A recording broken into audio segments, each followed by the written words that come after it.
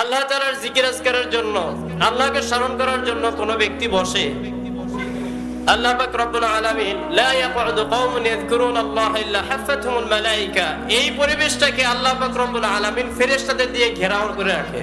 সুবহানাল্লাহ বলেন। وغشيتهم الرحمة ونزلت عليهم السكينة وذكرهم الله في من عنده।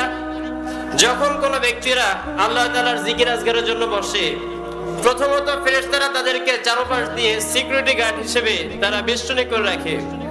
দ্বিতীয়ত এই যারা বসা থাকে মজলিসের শেষ পর্যন্ত আল্লাহ পাক রব্বুল আলামিন রহমত সাকিনা নাযিল করতে থাকে।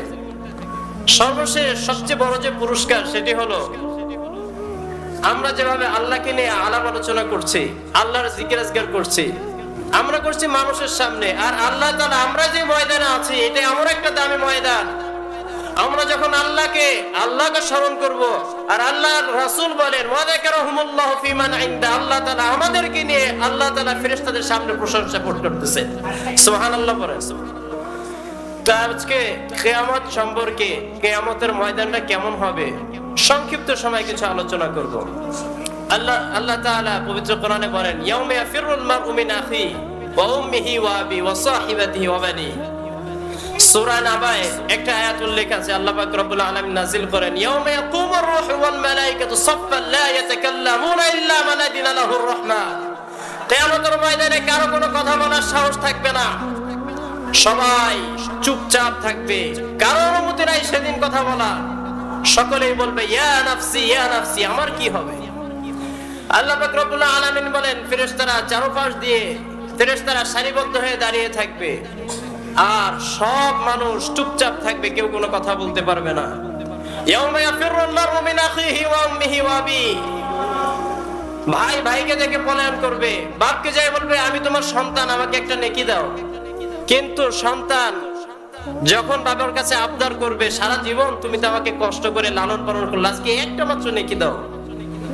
আল্লাহ পাক রব্বুল আলামিন বলতেছেন ইয়াউমা ইয়াফিরুল মারউ মিন আখি, এই ভাই এই বাবা বলবে দুনিয়াতে আমার কোনো সন্তান ছিল না। ওয়া উম্মিহি ওয়া আবি, যেই মা 10 মাস 10 দিন গর্ভধারণ করেছে, যেই মা না খেয়ে সন্তানকে খাইয়েছে, সেই দিন এই মাও যে নিঃস্বার্থ যদি কেউ ভালোবাসে দুনিয়াতে, মা আছে একজন দুনিয়াতে, তো এই মাও সেদিন বলবে আমি আমার সন্তানকে চিনি না। সেদিন সব মানুষ দুনিয়ার আদম থেকে নবী আদম থেকে নিয়ে কিয়ামতের আগ পর্যন্ত সব মানুষ হয়রান হয়ে হতবাক হয়ে ঘুরতে থাকবে। আল্লাহ তাআলা বিচার মজলিস কায়েম করবেন, বিচার মজলিসে কার ফয়সালা কি হবে সকলেই হতভম্ব হয়ে হয়রানি হয়ে ঘুরতে থাকবে। নবী আদম বলবেন ইয়া নাফসি ইয়া নাফসি, নবী নূহ বলবেন ইয়া নাফসি ইয়া নাফসি, নবী ঈসা মুসা আইয়ুব ইয়াকুব বলবেন ইয়া নাফসি ইয়া নাফসি। সব উম্মত, মিশকাত শরীফে একটি হাদিসে উল্লেখ আছে, সব উম্মত হযরতে আদম আলাইহিস সালাতু ওয়াস সালামের কাছে যাবে, বলবে বাবা আপনি তো আমাদের পিতা, আমাদের জন্য একটু আল্লাহর দরবারে সুপারিশ করুন। হযরতে আদম বলবে আমি তো ভুল করে জান্নাত থেকে বেরিয়ে গেছি, আমি কিভাবে আল্লাহর দরবারে সুপারিশ করব তোমাদের জন্য। তোমরা আমার পরে যে নবী আসছে নবী নূহের কাছে যাও। সব মানুষ হুমড়ি খেয়ে পড়বে নবী নূহের কাছে, যদি তার জন্য একটু সুপারিশ করা যায়।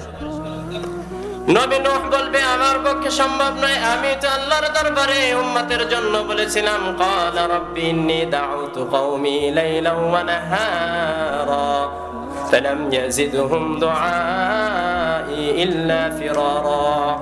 আমি তো আল্লাহর কাছে আমার উম্মতের জন্য বরদোয়া করেছি, তাহলে কিভাবে সম্ভব। নবী নূহ আলাইহিস সালাতু ওয়াস সালাম বলবে আমার পরে যে নবীরা আছে তাদের কাছে যাও। এই উম্মতরা সব নবীর কাছে যাবে, ঈসা মুসা আইয়ুব ইয়াকুব ইউসুফ, সব নবী বলবে আমার পক্ষে সম্ভব নয়, আমি নিজেকে নিয়েই পেরেশান। কিয়ামতের ময়দানে যদি নবী আদম থেকে নিয়ে হযরত ঈসা আলাইহিস সালাতু ওয়াস সালাম পর্যন্ত সকলেই যদি ইয়া নাফসি করে কোন থেকে একটা জায়গা থেকে আওয়াজ আসবে উম্মতি উম্মতি বলে ডাকবে। হযরত ঈসা আলাইহিস সালাতু ওয়াস সালাম বলবেন ও উম্মতেরা আমার পরে যে নবী এসেছে আখিরি নামাজ আখির জামানার নবী নবী মুহাম্মাদের কাছে তোমরা চলে যাও। আল্লাহ পাক রব্বুল আলামিন দুনিয়াতে যত নবীগণ এসেছে প্রত্যেককে একটা স্পেশাল দোয়া দান করেছে। যে আল্লাহর কাছে যা চাইবে সেই দোয়াতে আল্লাহ তাআলা তা দিয়ে দেবে। হযরতে মুহাম্মদ সাল্লাল্লাহু আলাইহি ওয়াসাল্লামকে যখন বলা হয়েছিল, হে নবী আপনি কি চান আপনাকে দেওয়া হবে, বিশ্বনবী বললেন, আল্লাহ এই দুনিয়াতে আমি নেব না, কিয়ামতের ময়দানে যখন আমার উম্মতরা কঠিন অবস্থার মধ্যে সম্মুখীন হবে এই দোয়াটা আমি সেদিন করব। তো আল্লাহ নবী সেদিন যখন উম্মতরা আল্লাহর নবীর কাছে এসে যখন আবদার করবে, আল্লাহর কাছে একটু আমাদের জন্য একটু সুপারিশ করুন, বিশ্বনবী সাল্লাল্লাহু আলাইহি ওয়াসাল্লাম উম্মতের চোখে ভয় দেখে, উম্মতের চোখের কোণায় পানি দেখে আল্লাহর দরবারে সিজদা লুটিয়ে পড়বে। যেই জায়গাটা সিজদা লুটিয়ে পড়বে সেটাকে বলা হয় মাকাম মাহমুদা। বিশ্বনবী বললেন, আমার কাছে সেই দিন উম্মতের জন্য আমি আল্লাহর দরবারে এই মাথাটা তার কাছে অবনত করব। আমি সেদিন আল্লাহর দরবারে অবনত করে এমন কিছু বাক্য পাঠ করব যেই প্রশংসাশালী বাক্য ইতিপূর্বে কোন নবীকে দেওয়া হয় নাই। ইতিপূর্বে আমিও এখন পর্যন্ত সেই বাক্যগুলোর অবস্থা জানি না, আল্লাহ তাকে দুনিয়াতেও জানাবে না। যখন সব উম্মত